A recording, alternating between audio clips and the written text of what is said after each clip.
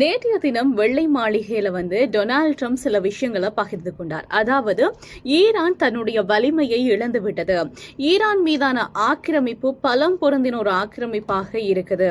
So நாங்க எங்களுடைய டார்கெட்டை அடைகிறதுக்கு இன்னும் ஒரு வாரம் அல்லது 2 வாரம் போதும் அப்படின்னு சொல்லி வெள்ளை மாளிகையில தன்னுடைய ஸ்பீச்ல டொனால்ட் ட்ரம்ப் சொல்லியிருந்தார்.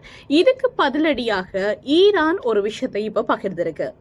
ஈரானிய புரட்சிகர காவல் படையினுடைய தளபதி ஒரு விஷயத்த இன்னைக்கு டொனால்ட் ட்ரம்புக்கு பதிலடியாக கொடுத்திருக்கிறார். ஹாலிவுட்டினுடைய பிரமைகள் உங்களுடைய மனதை அதிகமா பாதிச்சிருக்கு அப்படின்னு சொல்லி நான் நினைக்கிறேன்னு சொல்லியும் 250 ஆண்டு கால வரலாற்றை வச்சுக்கொண்டு 6000 ஆண்டுகளுக்கு மேலான நாகரிகத்தை நீங்க மிரட்டி பாக்குறீங்க அப்படின்றத ஒரு நாளும் மறந்துடாதீங்க அப்படின்னு சொல்லி டொனால்ட் ட்ரம்புக்கு ஒரு விஷயத்த அவர் சொல்லியிருக்கிறார்.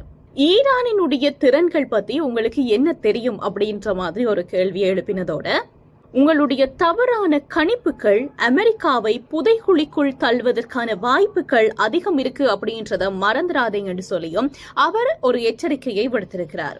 இதுக்கிடையில இந்தியாவில் இருக்கக்கூடிய ஈரானிய தூதரகம் தன்னுடைய எக்ஸ் தள பக்கத்துல ஒரு பதிவு போட்டிருந்தாங்க. உங்களுடைய குண்டு வீச்சுகளால் நாங்கள் மீண்டும் கற்காலத்துக்கு தள்ளப்பட மாட்டோம். நாங்கள் 7000 ஆண்டுகால பாரம்பரியம் கொண்ட ஒரு தேசம். வரலாற்றுக்கு எங்களை பற்றி நன்றாகவே தெரியும் அப்படின்னு சொல்லி அந்த பதிவுல போடப்பட்டிருப்பதை பார்க்கக்கூடியதாக இருந்தது. இது ட்ரம்ப் வெள்ளை மாளிகையில பேசிய அந்த பேச்சுக்கான ஒரு பதிலடியாக தான் பார்க்கப்படுது.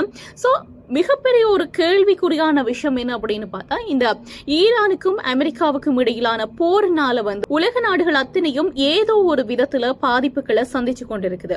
சோ இந்த போர் முடிவுக்கு வந்தால் தான் பொருளாதார ரீதியில ஒரு ஸ்திரத்தன்மை ஏற்படும். ஆனா இப்ப பொருளாதார ரீதியான பிரச்சனையில எல்லா நாடுகளும் சிக்கி தவித்துக் கொண்டிருக்கும் போது ஈரானும் சரி அமெரிக்காவும் சரி ஏட்டுக்கு போட்டியாக வாக்குவாதத்தில் ஈடுபடுவதும் போரில் ஈடுபடுவதும் தொடர்ந்து கொண்டுதான் இருக்கிறது.